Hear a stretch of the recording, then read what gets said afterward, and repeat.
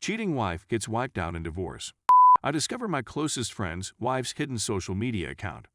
She was having an affair with one of our other acquaintances. I informed a buddy about it. He just kind of shut off.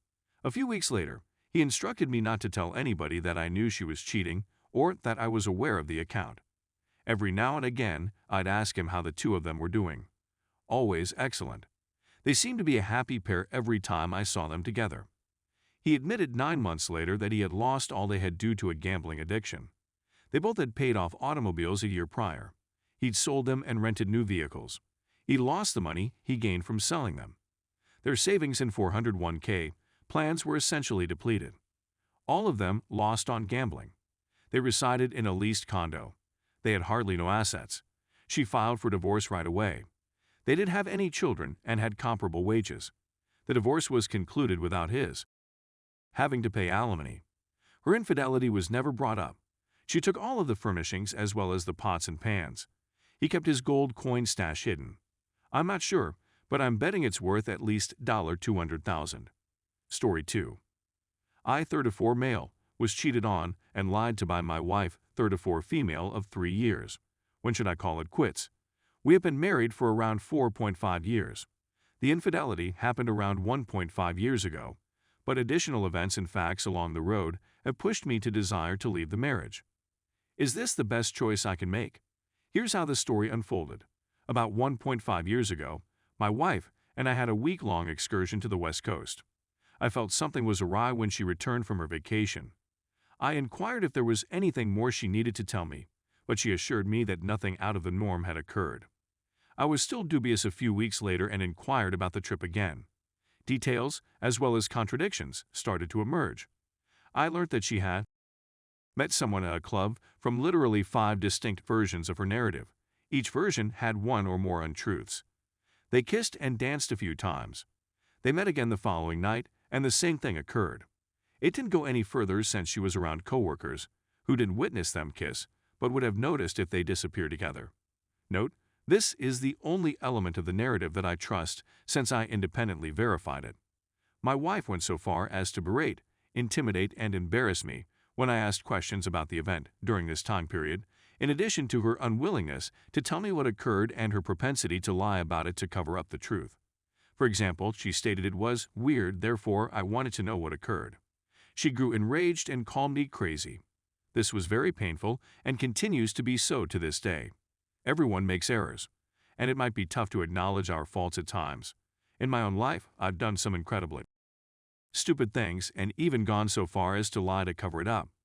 Despite my heartbreak at learning that my wife had chosen to have a weekend liaison with another man, I decided to give her another opportunity. We had a fantastic life together, a lovely kid, and I was certain that we could work things out. She removed any traces of this individual from our life, unfriended him on Facebook, and we started marriage therapy right away. Things were difficult at first, but after approximately a month, she began to regain my trust. I, too, started to feel more like myself after a while. Infidelity, no matter how minor, with your mind big time. I've forgiven her and excused her transgressions as being caught up in the moment. Despite the progress we'd made in the forgiveness I'd provided, I was still dubious of what had transpired. From my opinion, there were still contradictions in her account, and I just had a feeling. About 30 days into therapy, just as I was getting back on my feet, she yanked the rug out from under me again by finally acknowledging there was more to tell. She informed me that after returning from her business trip, she contacted the individual she had met. They kept their amorous connection going long distance, through text messaging and so on. There was over the phone. They sent each other NSFW photos. Furthermore, she had still not erased his contact information and had even gone so far as to contact him again while we were in counseling. I was heartbroken. I felt completely deceived. Almost everything had slipped through my fingers. I couldn't focus at work. I wasn't able to spend time with my friends or do the activities I usually like. I wasn't able to spend much quality time with our child since much of my time at home was spent bickering with or ignoring my wife. I started weeping every day, hourly. I was experiencing shortness of breath, anxiety, and nonsensical ideas. At times, I felt as if I were suffering a heart attack, which I later found is a medical condition known as broken heart syndrome. Look it up. In essence, I had PTSD caused by adultery. and it persisted for many weeks. Weeks stretched into months, and months turned into years. My hair began to fall out. I became ill. It was dreadful. I didn't want to give up once again. For better or worse, I'm not one to give up quickly. I gave careful thought to our daughter's future. At the very least, I wanted to resolve the situation for her sake. We kept on with the treatment. We worked through our disagreements, my emotions of betrayal over the affair, and our trust difficulties. It took more than a year, but things began to improve. We eventually found our rhythm again 14 months after the affair ended. And as a consequence of all of our counseling, we were getting along better than ever. We had 3 of the most peaceful, easygoing months of our very brief marriage and were more optimistic than ever. We both recognize that passion is still a missing component. But we've had it before and are striving to have it again. A last landmine was located towards the conclusion of the 3 months of quiet, which was roughly a week ago. I'd continued to ask questions about her narrative during our rehabilitation, and even in the past several months, I attempted to make it safe for her to be truthful. I kept my cool. I was courteous. Was there anything else? I inquired. Was there anybody else? I inquired. Perhaps as many as 100 times. Seriously. She assured me I already knew all there was to know. Nothing else occurred. That she wasn't telling the truth. That I could rely on her.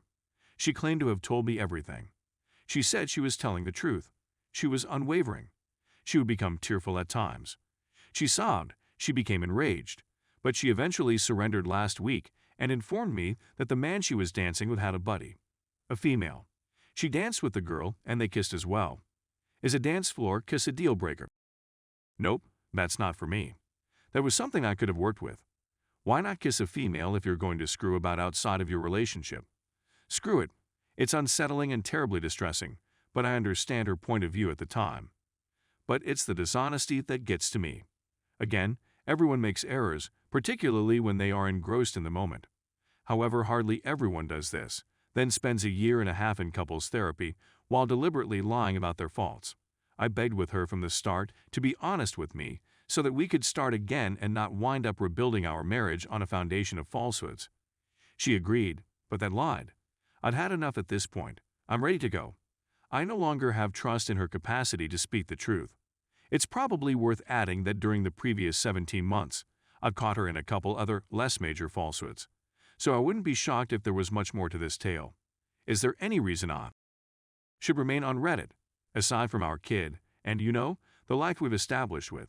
It sickens me to think that my daughter will grow up in a dysfunctional family. But it could be best to divorce now, when our child won't be old enough to remember much, if anything. And I'd be remiss if I didn't say that I pulled my fair share of moves during the relationship.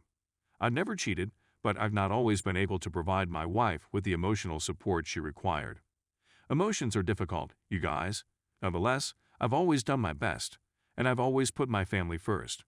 And I've learned a lot about being a supporting spouse since we began marriage therapy, which has been quite beneficial.